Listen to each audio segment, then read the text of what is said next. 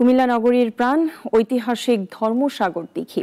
5 শতাব্দীর পুরনো এই দিঘিকে ঘিরে নগরবাসীর বিনোদন, সংস্কৃতি ও ইতিহাসের এক অনন্য সংযোগ তৈরি হয়েছে। তবে দীর্ঘদিন অব্যবস্থাপনা আর দূষণে নষ্ট হচ্ছে দিঘির পরিবেশ। সৌন্দর্য ফেরাতে হাতে নেওয়া হয়েছে 48 কোটি টাকার উন্নয়ন প্রকল্প। দেলোয়ার হোসেন আকায়েদের এই প্রতিবেদন, জানাচ্ছেন শাশ্বতী সরকার।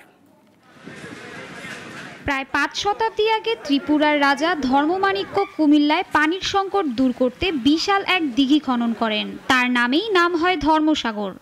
আজও এটি শুধু জলাধার নয়, বরং ইতিহাস, ঐতিহ্য, সংস্কৃতি আর সামাজিক মিলন মেলার প্রতীক।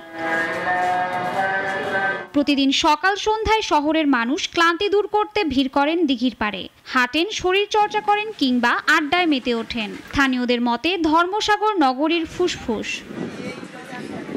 তবে অযত্ন আর দূষণে নষ্ট হচ্ছে দিঘির পরিবেশ।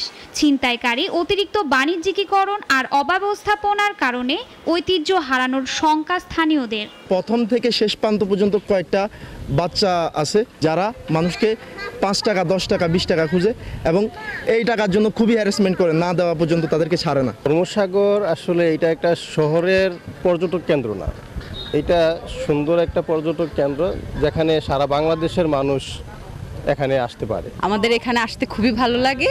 আমাদের বাচ্চারাও আসে, এসে ঘোরাঘুরি করে, খেলাধুলা করে, অনেক ভালো লাগে। ধরেন সবাই এখানে আসতেছে বা বাচ্চা নিয়ে একটু ঘোরাফেরা করতেছে, এটা আর কি, এটা আসলেই মানে ঘোরার মতোই একটা প্লেস।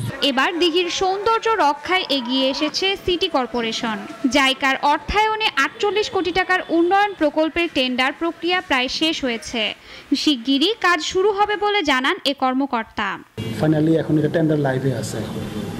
টেন্ডার যখন ওপেনিং হওয়ার পরে আমরা আশা করতেছি এই বছরের শেষের দিকে কাজে আমরা আগাতে পারবো এবং এটা কুমিল্লাবাসীর জন্য খুব বড় রকমের একটা সুবিধা বয়ে নিয়ে আসবে।